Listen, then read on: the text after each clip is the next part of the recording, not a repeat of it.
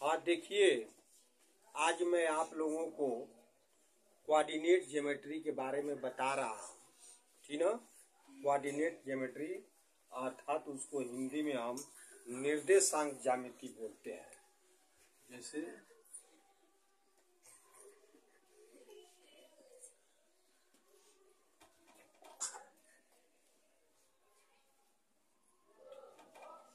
निर्देशांक ज्यामिति देख रहे हो ना, जिसको अंग्रेजी में कोऑर्डिनेट जियोमेट्री बोलते हैं। समझ में ना, कोऑर्डिनेट ज्योमेट्री। इसी को देखिए, कोऑर्डिनेट ज्योमेट्री को ही जैसे आप लोग ग्राफ देखते हैं ना, किसी चीज का ग्राफ को हम देखते हैं तो ग्राफ कितने लोगों को ग्राफ खींचने न आता है न ग्राफ समझ में आता है।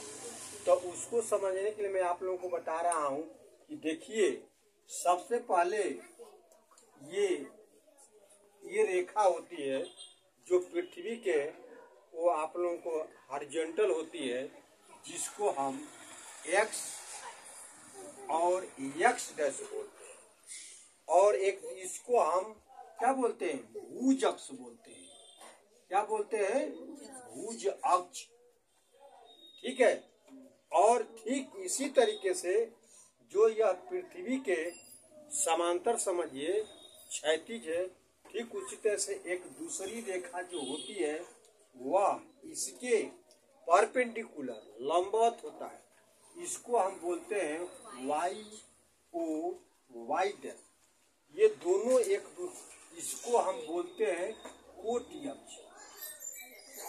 क्या बोलते हैं, कोटि अक्ष। अब दोनों यह रेखा एक दूसरे को ओ बिंदु पर काटती है और यह प्रत्येक कोण 90-90 का होता है, 90 से कम नहीं होता है। इसको हम बोलते हैं मूल बिंदु।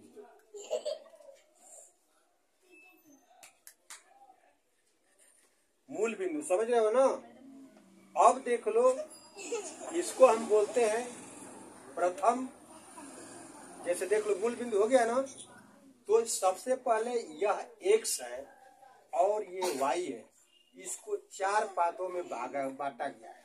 ये प्रथम, ये द्वितीय, और यह तृतीय, और यह चतुर्थ। इसको हम पाद बोलते हैं। क्या बोलते हैं, पाद। ठीक है। या इसी को हम चतुर्थांश भी बोलते हैं। चतुर्थांश बोलते सर। तो यह प्रथम चतुर्थांश, द्वितीय चतुर्थांश, तृतीय चतुर्थांश और यह चतुर्थ चतुर्थांश होता है। अब इसमें देख लो, यह मूल बिंदु से एक एक्सिस पर, अर्थात यह भुज अक्ष है, एक्स ओ एक्स डैश। इस पर ये मूल बिंदु से दाहिने साइड में इसका चिन्ह धन होता है। समझ में आ रहा है ना। और इसके बाएं साइड में ऋण होता है। और ठीक यह जो भुज कोटि अक्ष है, मूल बिंदु से ऊपर धन होता है। ठीक है। और नीचे की तरफ क्या होता है, ऋण होता है।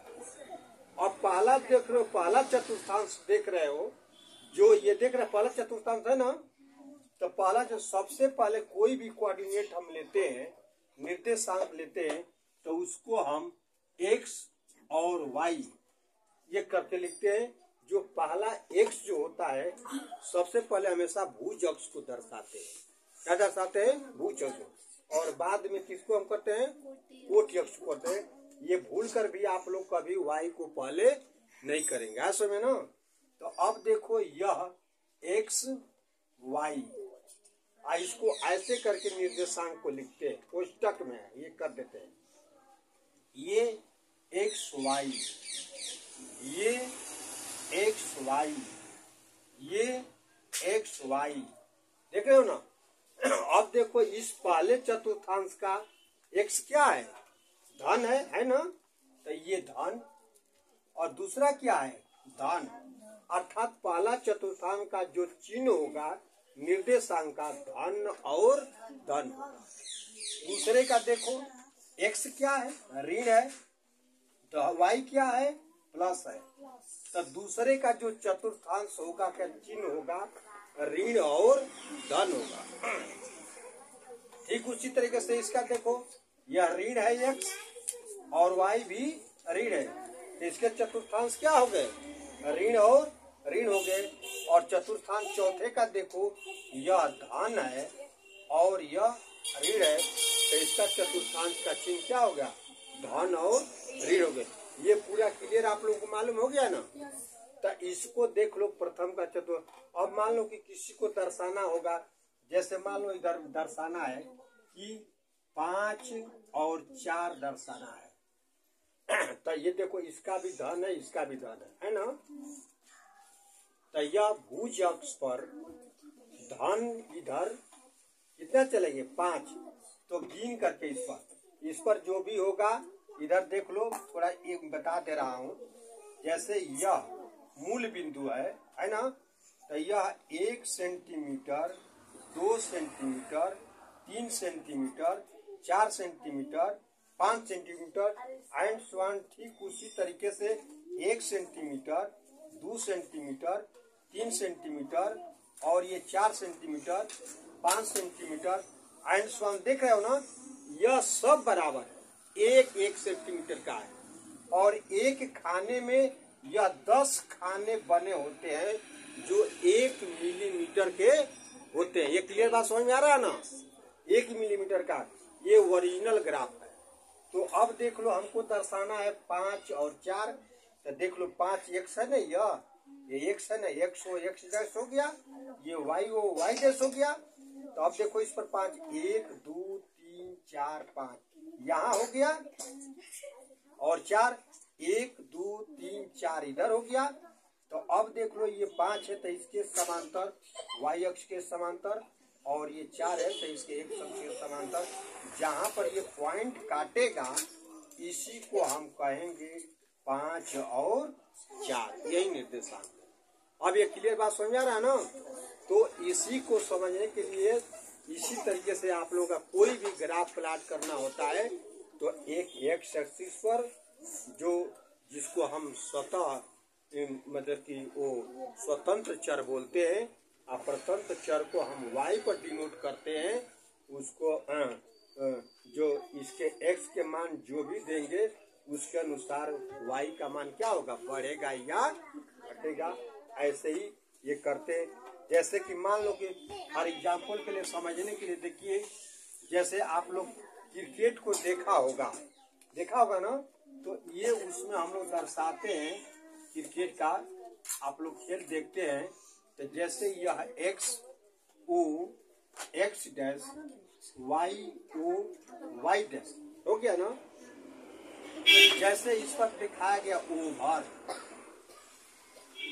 देख रहा है ना, एक्स एक्सिस पर ओवर दर्शा दिया गया, और ये वाई एक्सिस है, वाई एक्सिस पर तुम लोग का ये रन दर्शा दिया गया। समझ आ रहा नहीं, ये ऐसे रन। तो जैसे मान लो कि 1 over, 2 over, 3 over, 4 over, 5 over.